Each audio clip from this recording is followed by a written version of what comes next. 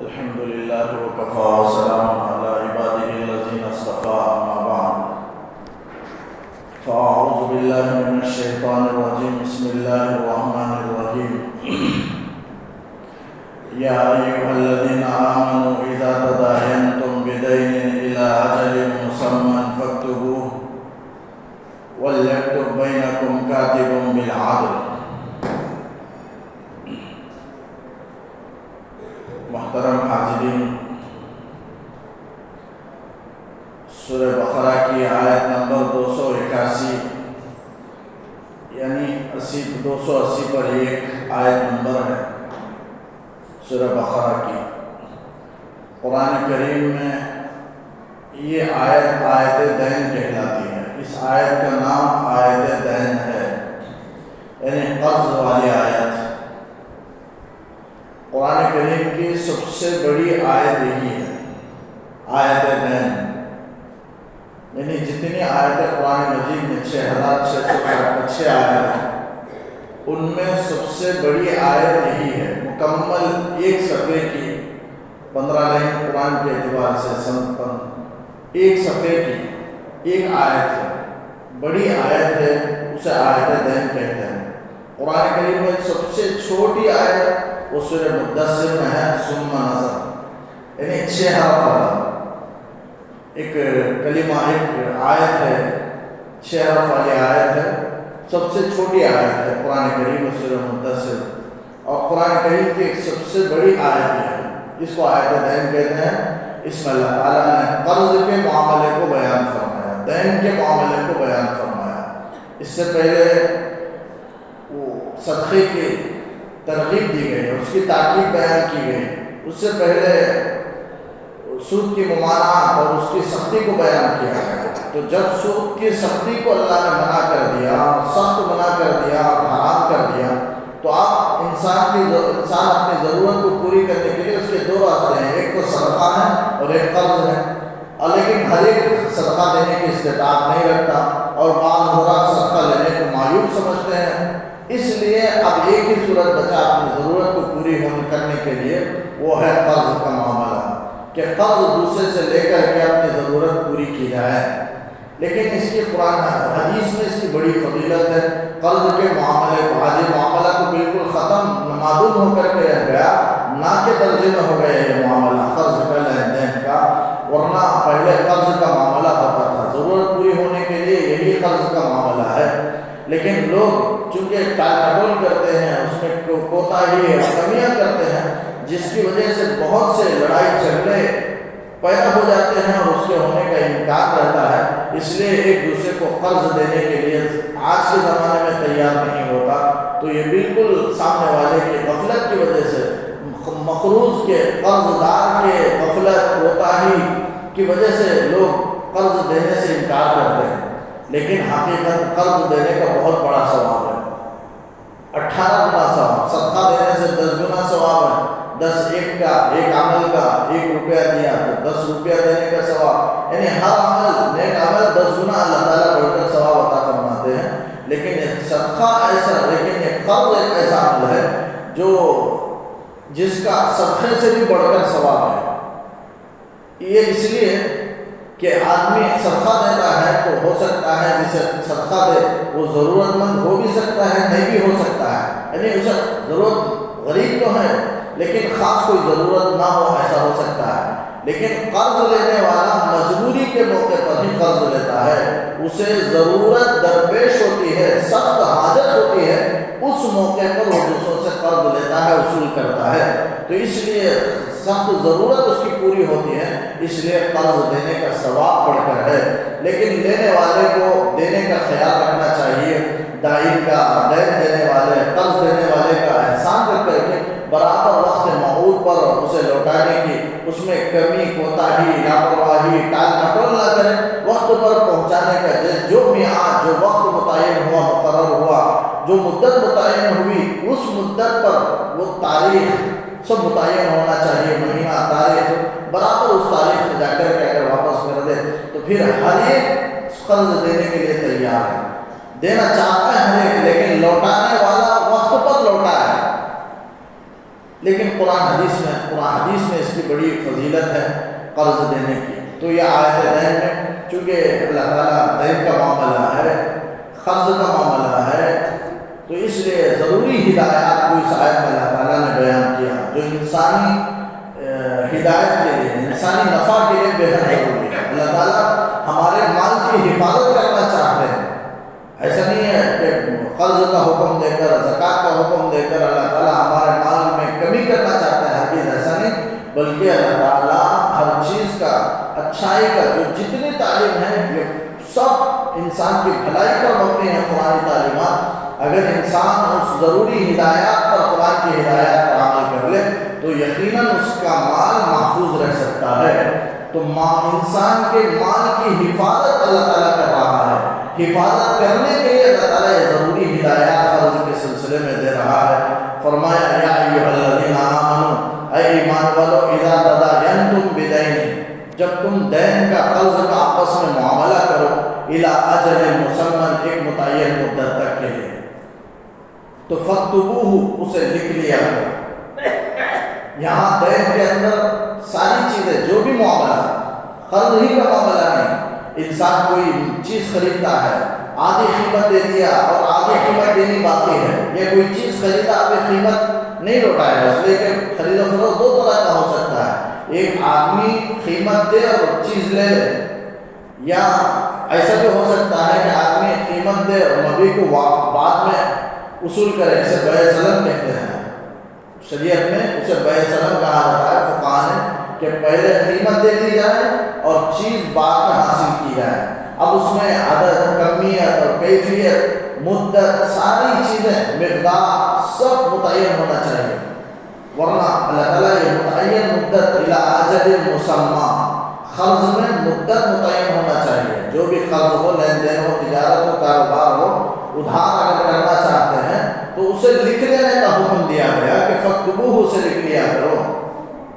اس لیے کہ لکھنے سے ہر طرح کے آفت سے، نقصان سے آدمی بچ سکتا ہے۔ سامنے والا انکار نہیں کرے گا، ہو سکتا ہے دونوں میں کسی بھول ہے، انسان کے ساتھ نسیان لاحق ہے، بھول ہو سکتا ہے، لیکن اگر لکھ لیا جائے تو بالکل مضبوط ہے، کوئی تحریری شکل میں، کوئی دستاویز جسے کہا جاتا ہے، یہ کوئی پرچی، کوئی تحریری طور پر ان معاملات کو اگر لکھ لیا جائے تو یہ قرآن کا حکم ہے، مستحب ہے، واجب عمل کا صیغہ ہے، اور عمل واجب کے لیے بھی آتا ہے، اعلیٰ درجہ ہے، اور ادنا درجہ مستحب کا ہے، کم سے کم مستحب تو ہے لکھ لینا۔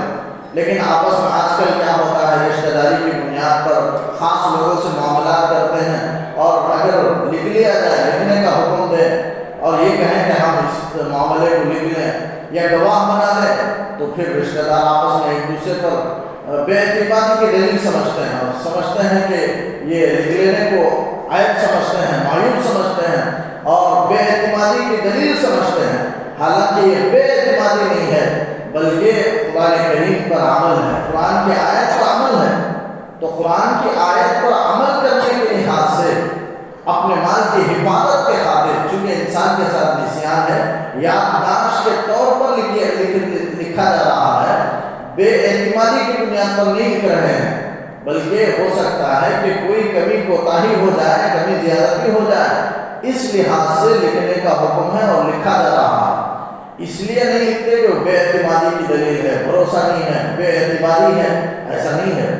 تو رشتہ دار کوئی بھی آپس میں معاملہ کرے، اسے لکھ لینا چاہیے، جیسے آگے آیت میں اللہ تعالیٰ چند ضروری ہدایت دے رہا ہے، معاملہ چھوٹا ہو کہ بڑا ہو، اسے لکھ لیا کرو۔ تو فرمایا یا ایھا الذین آمنوا، ایمان والو، اذا تداینتم بدین، جب کسی قرض کا، کسی معاملے کا، بیع کا، تجارت کا تم معاملہ کرو، الی اجل مسمى، متعین مدت تک کے لیے، تو مدت متعین ہونا ہے۔ قرض میں بھی ایسا نہیں فصل کٹنے تک، اس میں آگے پیچھے زمانہ ہو سکتا ہے، وقت میں آگے پیچھے اور تقدیم و تاخیر ہو سکتی ہے، اس لیے مہینہ اور تاریخ متعین ہونا چاہیے، اور مقدار بھی متعین ہو، مدت بھی متعین ہو، اور کمیت بھی ہو، کیفیت بھی ہو، وہ چیز کتنی ہے، کیسی چیز، کس مقدار کی وہ چیز ہونی چاہیے، اور اس کی کیفیت کیا ہونی چاہیے، ساری چیزیں، کوئی چیز مجہول نہ ہو، کوئی چیز مبہم نہ ہو۔ اگر مبہم ہے تو پھر معاملہ درست نہیں۔ بیع کے اندر بھی بے مبی معلوم ہونا چاہیے. مبی مجھول ہے یعنی چیز مجھول ہے تو بے درست تو نہیں ہے شریعت کے اعتبار سے, کیونکہ آگے چل کر بہت سارے لڑائی جھگڑے پیدا ہو سکتے ہیں. تو اس لیے شریعت ان تمام نزاع کو, اختلافات کو, لڑائی جھگڑے کو ختم کرنے کے لیے, جیسے آج بے اعتمادی سمجھ کر لوگ آپس میں لکھنا چھوڑ دیتے ہیں, اور اگر کہیں کہ وہ اگر لکھنے کو کہیں تو برا مانے گا, بے اعتباری سمجھے گا, مجھ پر شک کرے گا, لہذا چھوڑ دیا جاتا ہے. لیکن بعد میں جب کچھ گڑبڑ ہو جائے تو آپس میں جو رشتہ داری کو آگے رکھا گیا, اب رشتہ داری کو پیچھے کر دیا جاتا ہے, لڑائی جھگڑے کے لیے مارنے کے لیے تیار ہو جاتے ہیں. اس سے بہتر ہے کہ شروع ہی میں لکھ لیا جائے, کوئی نزاع کوئی اختلاف نہیں ہوگا. شریعت اختلاف نزاع کو ختم کرنا چاہتی ہے. فرمایا فَاكْتُبُوهُ سے لکھ لیا کرو. لکھ لینا کم سے کم درجہ مستحب کا ہے. وَلْيَكْتُبْ بَيْنَكُمْ كَاتِبٌ بِالْعَدْلِ, اور کون لکھے, اگر خود جانتا ہے تو خود لکھے, کوئی نہیں جانتا ہے دونوں بے کرنے والے تو تیسرا آدمی لکھے. کاتب لکھے, لکھنے والا, لکھ لے جاننے والا. اب کاتب سے مراد بعض لوگ ان کا پیشہ ہی لکھنا ہوتا ہے, جیسے تعلق حافظ ہم دیکھتے ہیں وہ کچھ لکھ کر دینے پر دستاویز اسے پیسہ بھی مانگتے ہیں اور ان کے لیے اجرت بھی مقرر ہوتی ہے اس کی. ایسے لکھنے والے بھی ہیں, لیکن بعض جو پیشہ تو ان کا نہیں ہے لیکن کوئی کہہ دیا کہ لکھ کر دے دو تو لکھ کر دے دیا جاتا ہے. بہرحال کوئی بھی ہو, بہرحال لکھ لینا چاہیے. وَلْيَكْتُبْ بَيْنَكُمْ, تمہارے درمیان لکھے. تمہارے درمیان سے مراد دائن اور مدیون, قرض دینے والا اور قرض لینے والا, قرض کا معاملہ کرنے والا, دونوں آپس میں لکھے کسی کاتب سے بالعدل, سچائی کے ساتھ. اور کاتب کے لیے حکم ہے کہ وہ سچائی کے ساتھ, عدل کے ساتھ لکھے, اس میں کوئی کمی زیادتی نہ کرے, بلکہ جیسا معاملہ, جتنی مقدار ہے, جتنی مدت طے ہوئی اسی مدت کو, اسی مقدار کو لکھے, تو کمی زیادتی نہ کرے. وَلَا يَأْبَ كَاتِبٌ, اور کوئی کاتب انکار نہ کرے أَن يَكْتُبَ, لکھنے سے. یعنی اللہ تعالیٰ نے اسے لکھنا پڑھنا سکھایا ہے, لکھنا جانتا ہے, تو اس کے شکریہ میں, اس کا شکریہ یہی ہے کہ اگر کوئی دوسرا ضرورت کے موقع پر لکھنے کا حکم دے تو لکھے. دوسروں کے ضرورت کے موقع پر دوسروں کے کام آنا چاہیے, یہی اس کا شکریہ ہے کہ دوسرے کے لیے لکھے. کوئی کہے لکھنے کے لیے تو لکھ کر دے, ایسا نہ ہو کہ وہ انکار کر دے, تو بخیلی ہے. انکار کرنا اس لحاظ سے بخیلی ہے. لہذا اگر کہیں بھی بینک میں کہیں بھی کوئی آدمی کوئی لکھنے کے لیے کہتا ہے, زبان نہ جاننے کی وجہ سے, کسی مجبوری کی وجہ سے, تو اسے لکھ دینا چاہیے. اللہ تعالیٰ نے کہا کہ وَلَا يَأْبَ كَاتِبٌ, کوئی لکھنے والا, لکھنے جاننے والا انکار نہ کرے أَن يَكْتُبَ, لکھنے سے, کہ اسے جب لکھنے کے لیے کہا جائے تو لکھنے سے انکار نہیں کرنا چاہیے, کیونکہ كَمَا عَلَّمَهُ اللَّهُ فَلْيَكْتُبْ, جیسے اللہ نے اسے سکھلایا ہے. یعنی اللہ تعالیٰ نے اسے سکھلایا ہے لکھنا, تو لہذا اس کے شکریہ میں گھمنڈ نہ کرے, بخیلی نہ کرے, تکبر نہ کرے, بلکہ اس کے شکریہ میں لکھے. یہی اس کا شکریہ ہے. فَلْيَكْتُبْ, قرآن نے کہا چاہیے کہ وہ لکھے. وَلْيُمْلِلِ الَّذِي عَلَيْهِ الْحَقُّ, اور املا کرائے وہ شخص جس پر حق ہے. اب کون لکھنا ہے, دائن ہے, مدیون ہے, قرض دینے والا ہے اور قرض لینے والا ہے, کون لکھے؟ تو جس پر حق ہے وہ لکھے, املا کرائے. وَلْيُمْلِلِ الَّذِي, املا کرائے, لکھائے وہ شخص جس پر حق ہے, یعنی قرضدار, مقروض, مدیون, وہ لکھائے, چونکہ اس کے اوپر حق ہے, اسے دینا ہے دائن کو, قرض خواہ کو اسے دینا ہے, اور اپنے اوپر قرضہ ہے, لہذا وہ لکھے تاکہ اقرار بھی ہو جائے کہ میرے اوپر فلاں کا اتنا حق ہے, اقرار بھی ہو جائے, اس لیے وہ لکھا ہے. وَلْيَتَّقِ اللَّهَ رَبَّهُ, اور اللہ سے ڈرے, اپنے رب سے, اپنا رب جو اللہ ہے اس سے ڈرے. وَلَا يَبْخَسْ مِنْهُ شَيْئًا, اور اس میں کچھ بھی کمی نہ کرے. فَإِنْ كَانَ الَّذِي عَلَيْهِ الْحَقُّ, بس اگر وہ شخص جس پر حق ہے, سفیہن, وہ بے وقوف ہو, یعنی جو قرض لیا ہے, اب وہ شخص یعنی جس پر حق ہے, مقروض ہے, قرضدار ہے, وہ شخص اگر سفیہ ہو, یعنی مبذر ہو, فضول خرچی کرنے والا ہو, یا کم عقل ہو, اور ضعیفاً, یا ضعیف ہو, جسمانی اعتبار سے کچھ ضعیف ہو, یعنی گونگا ہو, یا زبان نہ جانتا ہو, او لا یستطیع ان یملا, یا املا کرانے کی استطاعت نہیں رکھتا, بڑھاپے کی وجہ سے, بچپنا کی وجہ سے, گونگا ہونے کی وجہ سے, زبان نہ جاننے کی وجہ سے, یا لکھانے کی صلاحیت نہ ہونے کی وجہ سے، ان سب کی وجہ سے اگر کوئی لکھانے کی املا کرانے کی استطاعت نہیں رکھتا ہے تو فَلْيُمْلِلْ وَلِيُّهُ بِالْعَدْلِ، اس کا ولی املا کرائے، املا کے معنی لکھانا، اس کا ولی انصاف کے ساتھ املا کرائے، یعنی لکھا ہے۔ ولی سے مراد اس کا باپ بھی ہو سکتا ہے، بھائی اگر ہو بھائی، چچا ہو تو چچا، یا کوئی ذمہ دار ہے، سرپرست ہے، اس کا کفالت کرنے والا ہے، یا اس کا کوئی مترجم ہے، زبان میں ترجمہ کرنے والا ہے، تو وہ ولی ہے۔ تو ولی سے مراد یہاں عام ہے کہ املا کرائے اس کا سرپرست، اس کا مترجم، بالعدل، انصاف کے ساتھ، یعنی اس کا ولی اگر وہ جس پر حق ہے وہ لکھا نہیں سکتا ہے، وہ کمزور ہے یا کم عقل ہے یا فضول خرچی کرنے والا ہے یا استطاعت نہیں رکھتا ہے، تو ایسی صورت میں اس کے جو ولی ہیں، سرپرست ہیں، ذمہ دار ہیں، وہ لکھائے گا۔ قرآن کہتا ہے وَاسْتَشْهِدُوا شَهِيدَيْنِ مِن رِجَالِكُمْ، تمہارے مردوں میں سے 2 گواہ مقرر کرو۔ رجال رجل کی جمع ہے، عربی میں رجل کہتے ہیں بالغ مرد کو، اسی طرح امرأتن کے معنی عورت کے ہیں، بالغ عورت کو امرأتن کہتے ہیں، تو یہاں بمرأتانی کا بھی لفظ ہے، تو اللہ تعالیٰ کہتا ہے مردوں میں سے 2 گواہ بنا لو۔ کم کا لفظ ہے، من رجالکم، تمہارے مردوں میں سے، یعنی مسلمان ہے تو مسلمان مرد 2 گواہ ہو، مسلمان ہوں، عاقل ہوں، آزاد ہوں، یہ شرط ہے۔ اور تمہارے میں سے مطلب ایک کافر ہے ایک مسلمان ہے، دونوں کے درمیان معاملہ ہوا ہے تو ایک مسلمان اور ایک کافر کو گواہ بنا لے۔ 2 مسلمانوں کے درمیان معاملہ ہو رہا ہے تو 2 مسلمان کو گواہ بنا لے۔ 2 کافر کے درمیان معاملہ ہو رہا ہے تو 2 کافر کو گواہ بنا لے۔ تو کم کا یہ مطلب ہے من رجالکم، اپنے مردوں میں سے، اپنے لوگوں میں سے 2 گواہ تم مقرر کر لو۔ صرف تحریر کافی نہیں ہے، تحریر حجت شرعیہ نہیں ہے، شریعت کو حجت نہیں ہے، دلیل نہیں ہے، صرف تحریر۔ جب تک شہادت نہ ہو تب تک صرف تحریر شریعت میں حجت نہیں ہے۔ یہی وجہ ہے آج کے حکومت میں جب فیصلہ کیا جاتا ہے تو صرف تحریر کی بنیاد پر فیصلہ نہیں کیا جاتا، جب تک زبانی شہادت نہ ہو اس وقت تک صرف تحریر پر حکومت بھی فیصلہ نہیں کرتی، شہادت ضروری ہے۔ تو یہی قرآن نے کہا کہ 2 گواہ مقرر کر لیں، تحریر کے ساتھ ساتھ گواہ بھی ہونا ہے، لیکن یہ بڑے معاملات میں ہے۔ چھوٹے روزانہ کی جو تجارت ہے، خرید و فروخت ہے، لین دین ہے، کہ ادھر پیسے دیے ادھر چیز لے لیے،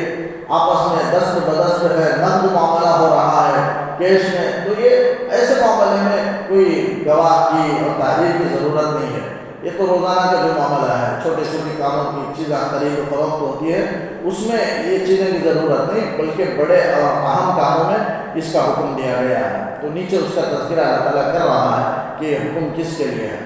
فرمایا وَاسْتَشْهِدُوا شَهِيدَيْنِ مِن رِجَالِكُمْ، مردوں میں سے 2 گواہ مقرر کر لو۔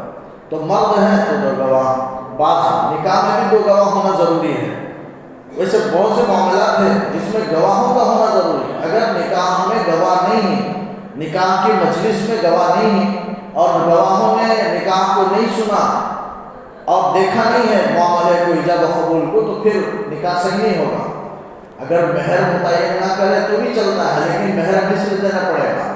مہر متعین نہیں کیا، نکاح ہو گیا تو بعد میں مہر مثل دینا پڑے گا اپنے خاندان کی عورتوں کا، اس سے پہلے میں اس کا ذکر کر چکا ہوں مہر مثل کا، تو وہ دینا پڑے گا۔ لیکن اگر 2 گواہ موجود نہ ہو تو پھر نکاح ہی صحیح نہیں ہوگا۔ نکاح میں گواہوں کا ہونا فرض کا درجہ رکھتا ہے، ضروری ہے، ایجاب و قبول بھی ضروری ہے نکاح میں، اور 2 گواہوں کا ہونا بھی ضروری ہے۔ بقیہ نکاح میں خطبے کا ہونا یہ سب سنت ہے، لیکن 2 گواہوں کا ہونا فرض ہے، اور ایجاب و قبول بھی ضروری ہے۔ 2 چیزیں نکاح کے اندر ضروری ہیں۔ لیکن بہت زیادہ دوسرے معاملات ہیں، زنا ہے، زنا میں 4 مردوں کی شہادت ہے، سب میں 2 نہیں ہے، بلکہ اکثر میں 2 ہیں، لیکن بعض میں 4 ہے۔ جیسے زنا ہے، مرد عورت زنا کر لیے تو اس میں 4 مردوں کی گواہی ضروری ہے، اس لیے کہ 2 فرد ہیں، ایک عورت ہے، ایک مرد ہے، تو مرد کی طرف سے 2 مرد گواہ، عورت کی طرف سے 2 مرد گواہ، تو اس طرح 4 مردوں کی گواہی ہونا ہے ایک زنا کے لیے۔ جب تک 4 مرد گواہی نہیں دیں گے یہ زنا حدود جاری نہیں کی جائے گی، حد سزا جاری نہیں کی جائے گی، اور مردوں کی گواہی ہونا ضروری ہے۔ عورتوں کی شہادت تو قبول نہیں ہے، یا بعض موقع پر عورتوں کی گواہی ہے لیکن دو عورتوں کی گواہی ایک مرد کی گواہی کے برابر ہے، لہذا ایک مرد ہے اور دوسرا مرد نہیں ہے تو اس کے بدلے میں دو عورتیں ہونا چاہیے، دو مردوں کی گواہی، اگر دو مرد نہ ہو تو ایک مرد اور دو عورتیں، اس طرح تو مردوں میں سے ہو تو اکثر معاملہ میں دو گواہ تو ہونا ضروری ہے، جیسے حدیث میں آتا ہے ایک صحابی ہیں حضرت خزیمہ رضی اللہ عنہ، ایک مرتبہ بازار میں رسول اللہ صلی اللہ علیہ وسلم ایک گھوڑا آپ نے خریدا، ایک عربی سے گھوڑے کا آپ نے خرید و فروخت معاملہ کیا، معاملہ طے ہو گیا، قیمت ادا کرنا ہے، آپ سے اسے لے کر گھر گئے کہ گھر میں پیسہ میں دے دوں گا، لے کر گئے، آپ سے آگے چلے اور یہ عربی جو اونٹ بیچنے گھوڑا بیچنے والا تھا، آپ نے گھوڑا اس سے خریدا تھا، تو وہ گھوڑا پیچھے لے کر آ رہا تھا، اتنے میں راستے میں لوگ اس کی زائد قیمت لگا دی، آپ صلی اللہ علیہ وسلم سے جو معاملہ طے ہوا اس سے زائد قیمت لگ گئی، تو اب اس کی نیت بدل گئی عربی کی اور سوچنے لگا کہ میں اسے بیچ دوں، لیکن وہ رسول اللہ صلی اللہ علیہ وسلم کو گھوڑا پسند آ چکا تھا، آپ صلی اللہ علیہ وسلم نے آ کر کہا، جب اس نے دیکھا، آپ نے دیکھا کہ دوسرے سے معاملہ ہو رہا ہے، تو آپ نے فرمایا میں نے تو اس سے خرید لیا ہے، تو اس عربی نے کہا نہیں، حجت کرنے لگا، پھر اس کے بعد لوگ جمع ہو گئے، پھر اس نے کہا گواہ لے کر آؤ، تو آپ صلی اللہ علیہ وسلم گواہ ڈھونڈنے لگے کہ میں گھوڑا اس سے عربی سے اتنی قیمت پر خریدا، یہ گواہ کا وہ مطالبہ کرنے لگا کہ تم گواہ لے کر آؤ، چنانچہ رسول اللہ صلی اللہ علیہ وسلم گئے، اس نے کہا ایک مرد کی گواہی ہو تو بھی کافی ہے، ایک کی گواہی لے کر آؤ، تو حضرت خزیمہ رضی اللہ عنہ ایک صحابی جا رہے تھے جن کا نام خزیمہ ہے، آپ صلی اللہ علیہ وسلم نے پورا واقعہ سنایا، سنانے کے بعد ان سے کہا کہ عربی اب میرا انکار کر رہا ہے میری بات کا، اور کہتا ہے کہ میں نے تم کو فروخت نہیں کیا، حالانکہ مجھے فروخت کر دیا اتنی قیمت پر، اتنی درہم پر، تو خزیمہ آئے گواہی دینے لگے، آپ صلی اللہ علیہ وسلم سے کہنے لگے میں گواہی دوں گا اس کے پاس، آپ صلی اللہ علیہ وسلم مجھے تم کیسے گواہی دو گے، تم تو اس وقت موجود نہیں تھے، میں نے صرف تم کو واقعہ سنایا، تم کیسے گواہی دو گے، اس وقت موجود نہیں تھے، تو خزیمہ کہنے لگے اللہ کے رسول صلی اللہ علیہ وسلم آپ کی بات میری دیکھی ہوئی بات سے بھی زیادہ میں یقین رکھتا ہوں آپ کی بات کا، آپ بالکل سچے ہیں، اور پورے کہنے لگے جتنے بھی وہاں موجود تھے کہ آپ صلی اللہ علیہ وسلم تو سچے ہیں، اور یہ عربی آپ کو جھٹلا رہا ہے، سب انکار کرنے لگے وہاں، تو وہ خزیمہ کہنے لگے اللہ کے رسول میں گواہی دوں گا، آپ کی بات پر مجھے پورا یقین ہے، میرے آنکھوں سے دیکھی ہوئی چیز سے بھی، بات سے بھی زیادہ مجھے آپ کی بات پر یقین ہے، لہذا میں گواہی دینے کے لیے تیار، آئے گواہی دیے، تو آپ صلی اللہ علیہ وسلم نے خزیمہ کے حق میں فرمایا کہ ان کی ایک کی گواہی آئندہ دو کے برابر ہے، چنانچہ جب قرآن مجید جمع کیا گیا تو اس شرط پر جمع کیا گیا کہ ایک آیت پر دو گواہ ہوں، یہ گواہی قرآن کریم کی آیت میں نے رسول اللہ صلی اللہ علیہ وسلم سے سنی ہے، میں نے سنائی ہے، اور میرے پاس یہ آیت موجود ہے، جب حضرت ابو بکر جمع کرنے لگے تو قرآن کی آیتیں جمع ہو گئی، ایک آیت نہیں ملی، بہت تلاش کرنے لگا، آخر خزیمہ ایک صحابی تھے، وہ اس لیے رکھے ہوئے تھے کہ وہ صرف ان کے پاس کوئی گواہ نہیں ہے، لیکن ان کے پاس ایک آیت باقی ہے، اب حضرت ابو بکر صدیق رضی اللہ عنہ اس زمانے میں جو خلیفۃ المومنین تھے ان کے پاس آئے اور کہنے لگے کہ میرے پاس ایک آیت ہے لیکن میرے پاس گواہ نہیں ہے، لیکن اللہ کے رسول صلی اللہ علیہ وسلم نے یہ فرمایا تھا، خود وہ کہنے لگے کہ تمہارے حق میں تو رسول اللہ صلی اللہ علیہ وسلم نے گواہی دی ہے کہ تمہاری تنہا ایک کی گواہی دو کے برابر ہے، لہذا آیت ہم سے قبول کیا جاتا ہے، تمہاری گواہی دو مردوں کی گواہی کے برابر ہے، آپ صلی اللہ علیہ وسلم نے اس موقع پر فرمایا تھا آپ کا یہ فرمانا بھی رحمت ہے، اس لیے کہ قرآن کی وہ آیت لینے کا وہ سبب بنا، بہرحال قرآن کی ایک آیت ان کے پاس دیا گیا اور قرآن مجید کو جمع کیا گیا، تو اس طرح وہ، لیکن ان کے وہ تو خاص آپ صلی اللہ علیہ وسلم نے ان کی فضیلت میں بیان فرمائی تھی، ورنہ عام موقع پر دو آدمی کی شہادت تو مرد کی اگر ہو تو وہ ضروری ہے، فرمایا وَاسْتَشْهِدُوا شَهِيدَيْنِ مِنْ رِجَالِكُمْ فَإِن لَّمْ يَكُونَا رَجُلَيْنِ، اگر دو مرد نہ ہوں تو فَرَجُلٌ وَامْرَأَتَانِ، ایک مرد اور دو عورتیں ہوں، ممن ترضون من الشہداء، ان میں سے جن کو تم گواہوں میں پسند کرتے ہو، یعنی ایسا نہیں ہے تم جو گواہ پسند کرتے ہو انہی میں سے دو گواہ بناؤ جن پر تمہارا اعتماد ہے، جن پر تمہارا اعتبار ہے، جن کو تم اخلاقی اعتبار سے اچھا سمجھتے ہو اسے تم گواہ بناؤ، بہرحال دو کی گواہی ضروری ہے، ان تضل، اگر دو مرد نہیں ہیں تو ایک مرد دو عورتیں ہیں، اب سوال ہے دو عورتیں کیوں ہیں؟ دو عورتوں کی گواہی ایک مرد کے برابر کیوں ہے؟ تو اس کی وجہ یہ ہے کہ حدیث میں رسول اللہ صلی اللہ علیہ وسلم نے عورتوں کی مرتبہ ایک جماعت بیٹھی ہوئی تھی، آپ صلی اللہ علیہ وسلم نے ان سے خطاب کر کے فرمایا کہ اے عورتوں کی جماعت، تم صدقہ زیادہ کرو اور اپنے رب سے استغفار کثرت سے کیا کرو۔ عورتیں پوچھنے لگی کیوں؟ اللہ کے رسول صلی اللہ علیہ وسلم نے فرمایا اس لیے کہ تم بہت زیادہ لعنت کرتی ہو اور شوہر کی نافرمانی کرتی ہو، اسی وجہ سے میں تم کو دیکھ رہا ہوں کہ کثرت سے تم جہنم میں جانے والی ہو۔ عورتیں سب سے مردوں سے زیادہ عورتیں جہنم میں کثرت میں واقع ہو رہی ہیں۔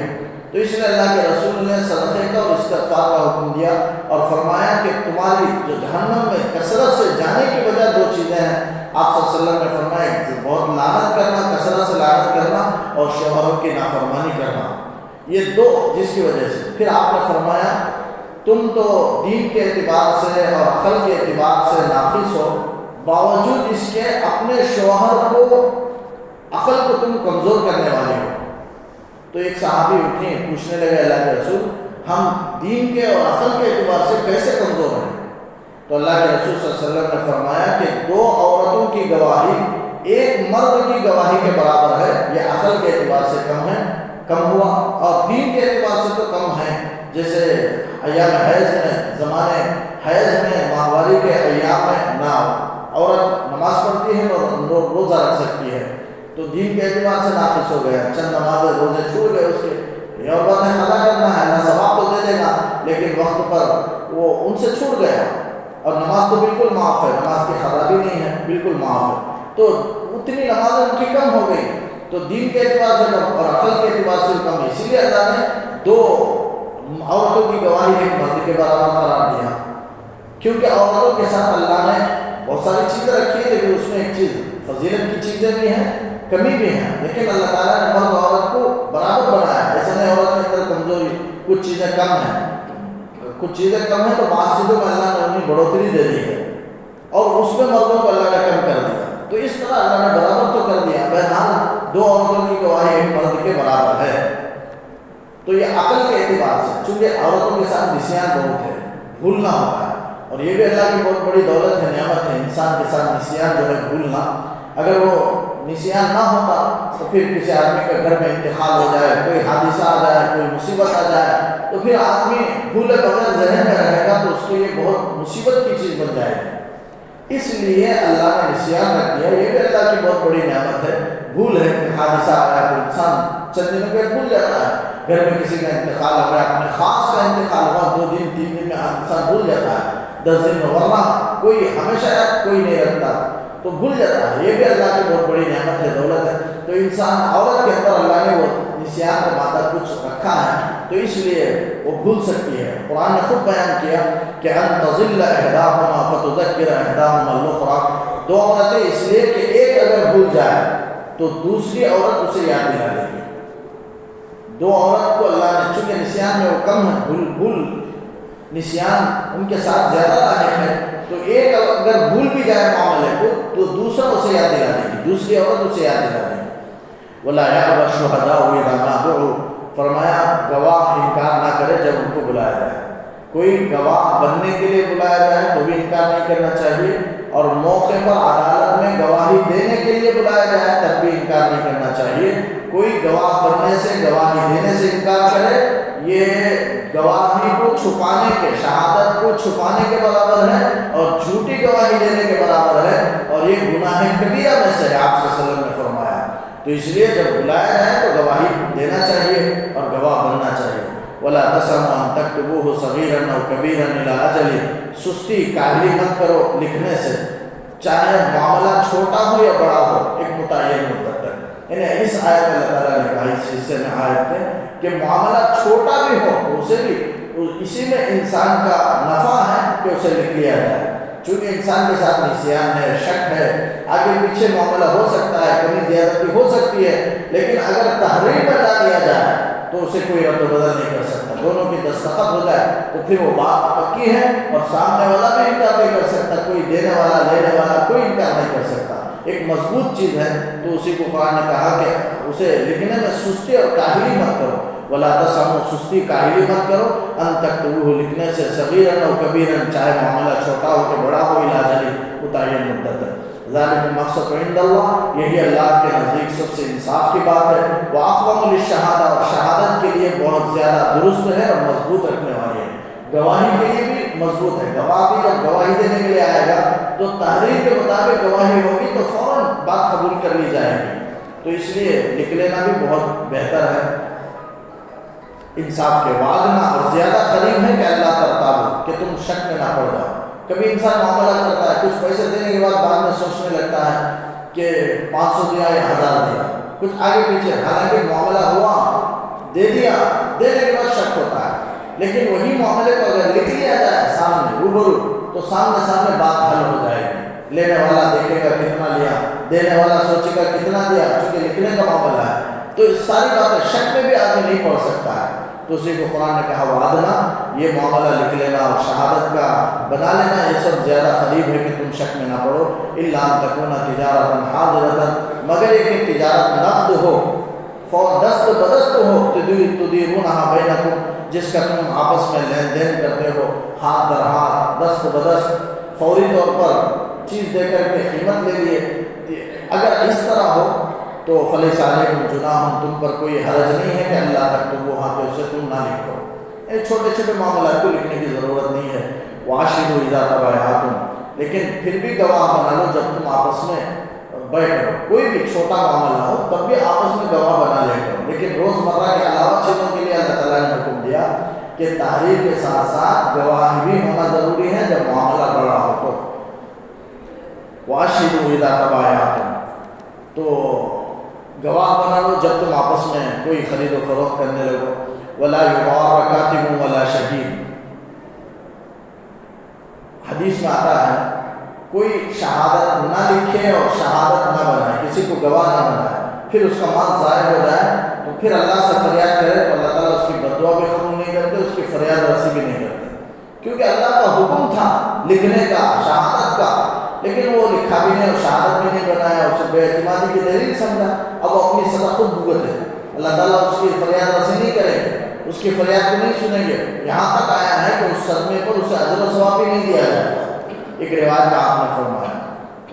ولا یضار کاتب ولا شہید اور لکھنے والے کو اور گواہ کو تکلیف نہیں پہنچائی جائے یعنی دائیں مدیون میں سے کوئی لکھنے والے کو اگر وہ اجرت مانگتا ہے تو اجرت دے دی جائے گی یا کوئی گواہی دینے کے لیے آنا چاہتا ہے اور سفر کے لیے آنے جانے کا خرچ مانگ رہا ہے تو وہ تو دینا ہے اس لیے کہ گواہی تمہارے لیے دے رہا ہے اس کا کوئی اپنا ذاتی فائدہ نہیں ہے وہ خود اپنا وقت نکال کر کے آ رہا ہے تو کسی بھی طریقے سے تکلیف لکھنے والے کو بھی تکلیف نہیں پہنچائی جائے گی گواہ کو بھی تکلیف نہیں پہنچائی جائے کہ بار بار گواہ کو بلایا جائے لکھنے والے کو بار بار بلا کر کے بے وقت بے ٹائم بلا کر کے اسے اذیت دی جائے یہ بہرحال یہ سب نہ کیا جائے گا بلکہ اس کے بھی ضرورتوں کا لحاظ رکھ کر کے وقت پر مناسب موقع پر اسے بلایا جائے گا اور اس کے اخراجات کا بھی انتظام کیا جائے گا بہرحال کسی قسم کی تکلیف نہیں دی جائے گی شہید کو بھی اور کاتب کو بھی یعنی گواہ بننے والے کو بھی اور کسی کاتب لکھنے والے کو بھی دائیں مدیون میں سے کوئی بھی تکلیف نہیں پہنچائے گا ڈرانا یعنی گواہ کو دھمکانے کی ضرورت نہیں دھمکائے گا دو میں سے کوئی کہ اگر تو گواہی دے گا تو تیرے ساتھ یہ معاملہ کیا جائے گا اس طرح ڈرانا دھمکانا یہ سب تکلیف دینے کے برابر ہے تو یہ سب سے منع کیا گیا وہی انتفعلوا آخر میں اللہ تعالیٰ ایک لائن باقی ہے کہہ کر کے اپنی بات ختم کرتا ہوں وہی انتفعلوا اور اگر تم اس طرح کرو یعنی جو اللہ تعالیٰ نے ہدایات دی ہیں ان ہدایات کے خلاف اگر تم کرنے لگو تو فَإِنَّهُ فُسُوقٌ یہ گناہ ہے اللہ کی اطاعت سے نکل جانا ہے بکم اس کی سزا تم کو مل کر رہے گی واتقوا اللہ انہیں اللہ تعالیٰ کہتا ہے کہ یہ تمہارے فائدے کے لیے تمہارے مال کی حفاظت کے لیے اللہ کی جانب سے ضروری ہدایت ہے ان کے خلاف ورزی مت کرو اگر تم مال میں حفاظت چاہتے ہو تو اس کے خلاف ورزی مت کرو اگر کوئی خلاف ورزی کرے گا تو یہ اللہ کی اطاعت سے نکلنا ہے اللہ کی نافرمانی ہے اور اللہ کی نافرمانی کی سزا تم کو مل کر رہے گی واتقوا اللہ آخر میں اللہ تعالیٰ ڈرا رہا ہے یہ اللہ تعالیٰ کی عادت ہے ہر عوامل کو نواہی کو تعلیم دینے کے بعد آخر میں تقوی کا حکم دیتا ہے کہ اللہ سے ڈرو قرآن مجید میں کتنی جگہ ہر حکم کے بعد یہ اللہ تعالیٰ تقریباً لاتا ہے کہ اللہ تعالیٰ سے ڈرو، وَيُعَلِّمُكُمُ اللَّهُ۔ اب یہ دو کے بیچ میں چھوٹی تا ہے، تا کا مطلب یہ ہے کہ وَاتَّقُوا اللَّهَ، ٹکا بھی سکتے ہیں، ٹکانا کوئی واجب نہیں ہے۔ اگر میم آ جائے تا کی جگہ میں تو ٹکانا لازم ہے، وہاں بائیں طرف میں لکھا ہوا ہوتا ہے سائڈ میں وقف لازم کر کے، یعنی ٹکانا لازم ہے۔ میم اگر آئے تو وقف لازم ہے، یعنی اسے ٹکانا ضروری ہے۔ لیکن اگر تا آئے تو یہ بھی علامت ٹکانے کی ہے۔ اگر ٹکانے کی علامت ہے تو اس کا مطلب اس کا تعلق پیچھے سے ہے، یعنی پیچھے اللہ نے جو معاملات کا حکم دیا، ضروری ہدایات جو اللہ نے دی ہے، اس کی خلاف ورزی سے تم اللہ سے ڈرتے رہو، یہ مطلب ہے۔ اگر ملا کر بھی پڑھا جا سکتا ہے، کوئی ٹکانا واجب نہیں ہے، جیسے میم میں ٹھہرانا واجب ہے ویسے واجب نہیں ہے، ملا کر پڑھنا چاہے تو بھی پڑھ سکتا ہے، وَاتَّقُوا اللَّهَ وَيُعَلِّمُكُمُ اللَّهُ۔ اگر ایسا رکھیں گے تو مطلب یہ ہے کہ تم اگر علم حاصل کرنا چاہتے ہو، قرآن کا، حدیث کا، اللہ کی شریعت کا، اور سمجھ حاصل کرنا چاہتے ہو، علم حاصل کرنا چاہتے ہو، ترقی حاصل کرنا چاہتے ہو، تو اللہ کا تقوی اختیار کرو۔ تو یہ دونوں کا آپس میں تعلق ہوگا۔ اگر کوئی اللہ کے علم کو سیکھنا چاہے، علم کو حاصل کرنا چاہے، تو اس کے لیے ایک راز کی بات ہے، وہ یہ ہے کہ تقوی کو اختیار کرے۔ وَاتَّقُوا اللَّهَ، اللہ سے ڈرو، وَيُعَلِّمُكُمُ اللَّهُ، اللہ تمہیں سکھا دے گا، ساری سمجھ، دین کی سمجھ تمہیں دے گا، دین کے احکامات تمہیں سکھا دے گا۔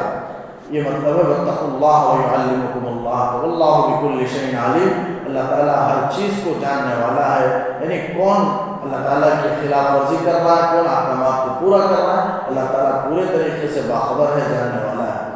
اب قرض کے سلسلے میں ابھی ایک آیت باقی ہے، لیکن وقت ہو گیا، انشاءاللہ آئندہ عرض کروں گا۔ یہ مکمل ایک آیت ہے، بڑی آیت ہے، آیت دین اسے کہا جاتا ہے، جو قرض کے احکامات پر مشتمل ہے۔ اللہ تعالیٰ سے دعا ہے کہ اللہ تعالیٰ قرآنی ہدایات کے مطابق معاملے کو چھوٹا ہو کہ بڑا ہو لکھ لینے کی اللہ تعالیٰ توفیق عطا فرمائے۔